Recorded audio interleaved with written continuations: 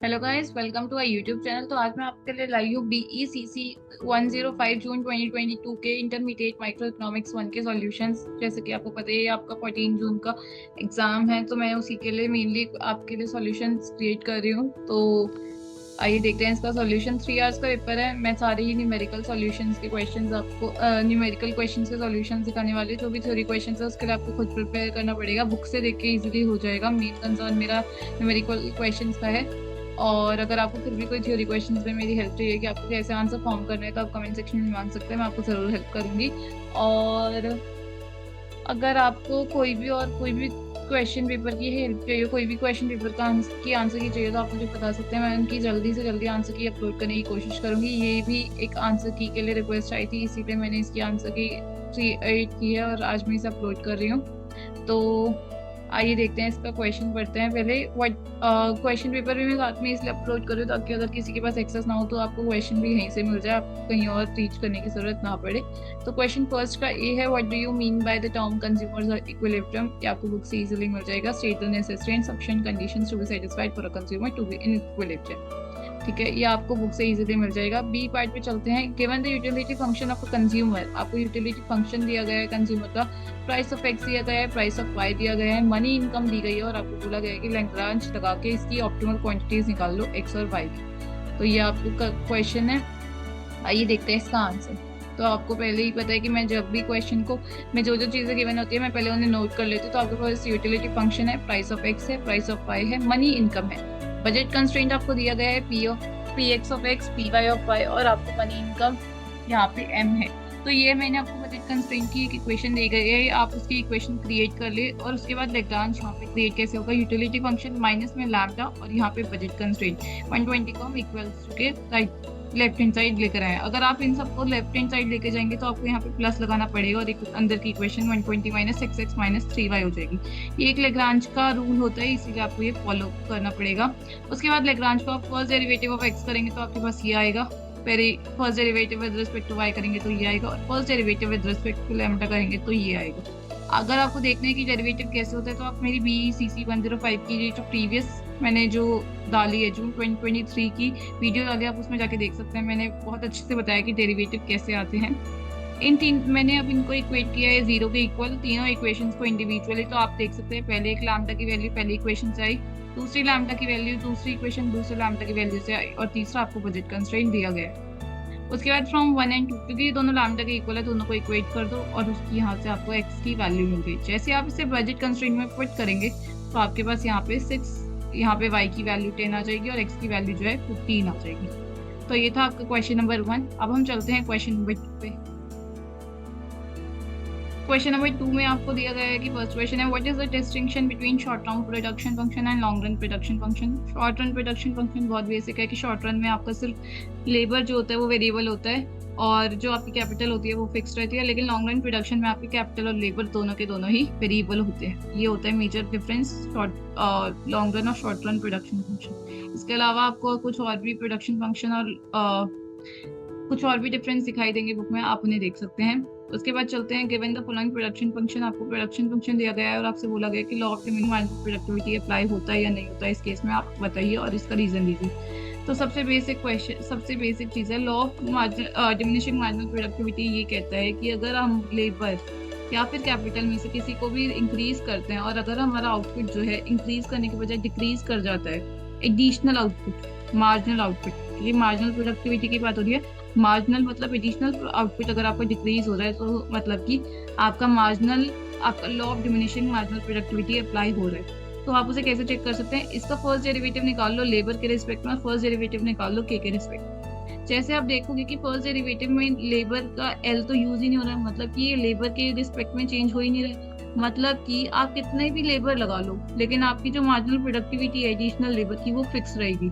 और अगर आप कितना भी कैपिटल लो लेकिन आपकी मार्जिनल प्रोडक्टिविटी एडिशनल जो प्रोडक्टिविटी है कैपिटल की वो फिक्स रहेगी, जिसका मतलब है कि यहाँ पे ये फॉल नहीं हो रही है। एडिशन करने से एडिशनल जो प्रोडक्ट है, एडिशनल आउटपुट है, वो डिक्रीज नहीं कर रहा है। तो यहाँ पे law of diminishing marginal productivity जो है अप्लाई नहीं हो रहा है, यही इसका रीजन है और यही आपको ऐसे शो करना है। उसके बाद क्वेश्चन है थर्ड का ए कि discuss the properties of question cost function. आपको कॉस्ट फंक्शन की प्रॉपर्टीज इजीली बुक से मिल जाएंगी। उसके बाद क्वेश्चन है discuss the total given the total cost function, आपको बोला गया एवरेज और मार्जिनल कॉस्ट निकालो। बहुत बेसिक क्वेश्चन है, बहुत ज्यादा बेसिक क्वेश्चन है, 12 मार्क्स का क्वेश्चन है, इससे अच्छा स्कोर करने का ऑप्शन आपको कहीं नहीं मिलेगा। एवरेज कॉस्ट क्या होती है, सी बाई क्यू, आपको बस इसको क्यू डिवाइड करना और आपके पास आउटपुट आ गया। सिमिलरली मार्जिनल कॉस्ट क्या होती है, first derivative of cost with respect to q, वो मैंने यहाँ करके दिखा दिया, और ये मार्जिनल कॉस्ट। 12 मार्क्स का क्वेश्चन है, कुछ भी एक्सटेंडेड चीजें लिखने की जरूरत नहीं है। इग्नोर ने छोटा क्वेश्चन दिया है तो वो छोटा ही आंसर एक्सपेक्ट करेगी और आपको फुल मार्क्स जरूर देगी। अगर आपको लगता है फिर भी आप अपने आंसर्स में कुछ ऐड कर सकते हैं तो आप एवरेज और मार्जिनल कॉस्ट की डेफिनेशन ऐड कर सकते हैं, लेकिन उसके अलावा इसमें कुछ भी और भी फालतू की चीजें ऐड करने की जरूरत नहीं है। फोर्थ का एक क्वेश्चन है, आइडेंटिफाई करो कि फैक्टर्स जो ड्राइव करती हैं प्रॉफिट को जीरो करने में in perfectly competitive market in the long run, वो आपको इजीली से मिल जाएगा। फर्म की डिमांड फंक्शन दिया गया है, आपको टोटल कॉस्ट फंक्शन दिया गया है, आपको कह रहे हैं प्रॉफिट फंक्शन निकाल दो। प्रॉफिट फंक्शन क्या होता है, total revenue minus total cost. तो टोटल रेवेन्यू क्या होता है, प्राइस इनटू क्वांटिटी, वो निकल गया। टोटल कॉस्ट आपको ऑलरेडी गिवन है, दोनों को माइनस कर दो और इसकी जो जो सिमिलर वैल्यूज है उनको डिडक्ट करके यहाँ पे आपका प्रॉफिट फंक्शन आ गया विद रिस्पेक्ट टू क्यू। बहुत बेसिक क्वेश्चन है, 12 मार्क्स के क्वेश्चन है, 24 तो आपको ऐसे ही मिल गए, 24 मार्क्स तो इन क्वेश्चंस का फायदा उठाइए और इनमें अच्छे से स्कोर कीजिए।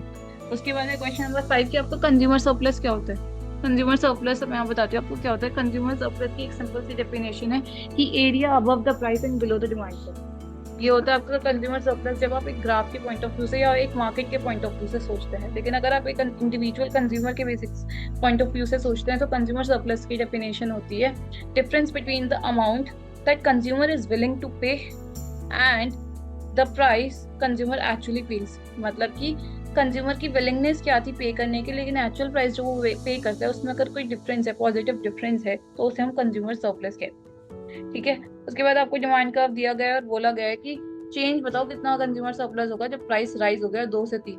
अब आपको पता है कि प्राइस राइज हो गया, मान लो कंज्यूमर की विलिंगनेस है 6 रुपए, ठीक है। अब जब प्राइस 2 होगा तो उसका कंज्यूमर सरप्लस कितना बचा, 6 माइनस 2 4।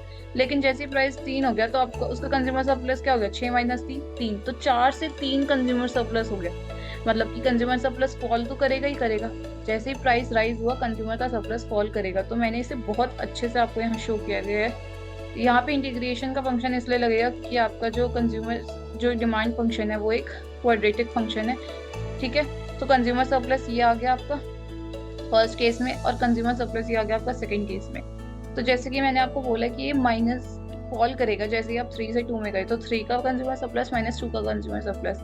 इंटीग्रेशन का फॉर्मूला होता है कि आप 3 से यहाँ तक जा रहे हैं, एरिया निकाल रहे हैं, 2 से यहाँ तक एरिया, मतलब यहाँ से यहाँ इसमें 3 वाला एरिया भी ऐड हो रहा होगा। तो अगर आपको माइनस में चीज बाहर रखेंगे और इसको इससे माइनस कर देंगे तो ये वाला पार्ट तो डिडक्ट हो जाएगा और 2 से 3 का पार्ट ही बचेगा सिर्फ। तो यहाँ पे यही हुआ है, 2 से 3 का पार्ट बचा और यही सेम फंक्शन इंटीग्रेशन का जो फॉर्मूला होता है, इंटीग्रेशन का जो प्रोसेस होता है, वहाँ पे मैंने कर दिया 20p minus P cube by 3। पहले इसको पुट किया और माइनस में फिर करके इनको पुट किया तो मेरे पास आंसर आ गया। तो मेरा प्राइस इंक्रीज होने की वजह से मेरा कंज्यूमर सरप्लस जो है 41/3 यूनिट से फॉल कर गया। उसके बाद चलते हैं क्वेश्चन नंबर 6, आपका थ्योरी क्वेश्चन है, बुक से देख लीजिए। 7th भी थ्योरी क्वेश्चन है। 8th क्वेश्चन फिर अगेंस्ट बहुत बेसिक क्वेश्चन है, AC, MC, ABC और AFC निकाल दो। ठीक है, AC क्या होता है, C बाई क्यू। MC क्या होता है, first derivative of cost with respect to q. अब ABC क्यों बोला गया है, क्योंकि आप कॉस्ट फंक्शन से ही आपको वेरिएबल कॉस्ट निकाली। वेरिएबल कॉस्ट वो कॉस्ट होती है जो क्यू के रिस्पेक्ट से निकलती है। मतलब कि वेरिएबल कॉस्ट वेरिएबली वो चेंज होती रहती है। वो चेंज किसके रिस्पेक्ट में होगी, क्यू की क्वांटिटी के रिस्पेक्ट में। तो जितना भी पार्ट क्यू के रिस्पेक्ट में होता है वो वेरिएबल कॉस्ट हो जाती है। और ABC निकालने के लिए आपको क्या करना पड़ता है, वेरिएबल कॉस्ट अपॉन में क्यू, वही मैंने यहाँ की है। और फिक्स कॉस्ट क्या होती है, जो फिक्स रहती है क्यू के रिस्पेक्ट में, वो चेंज नहीं होती। तो 10 आपकी फिक्स कॉस्ट हो गई, तो 10 बाई क्यू क्या हो गई आपकी एवरेज फिक्स कॉस्ट। जब आप इन दोनों को प्लस करेंगे ना, एवरेज वेरिएबल कॉस्ट और एवरेज फिक्स कॉस्ट, वो आपकी AC के इक्वल आएगी, आप देखना।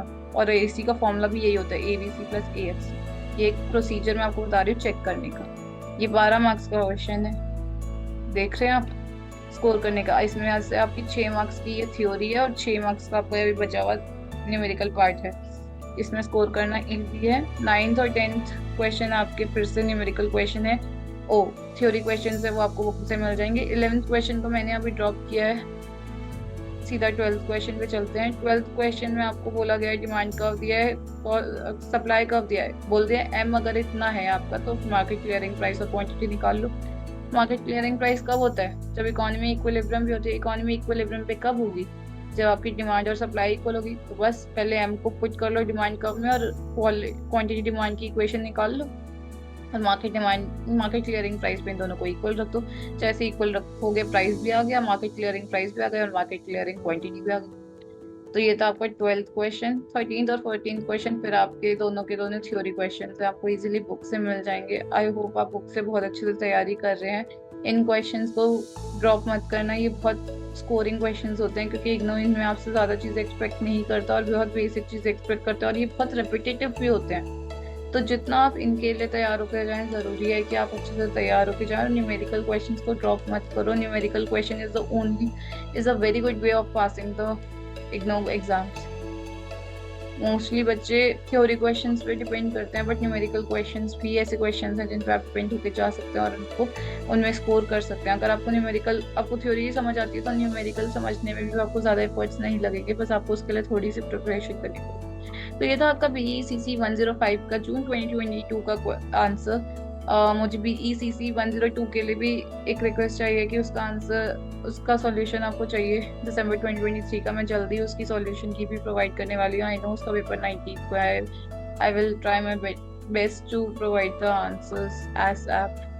तब तक अगर आपको वीडियो पसंद आई तो प्लीज़ लाइक कीजिए और मेरे चैनल को प्लीज़ ज़्यादा से ज़्यादा सब्सक्राइब कीजिए।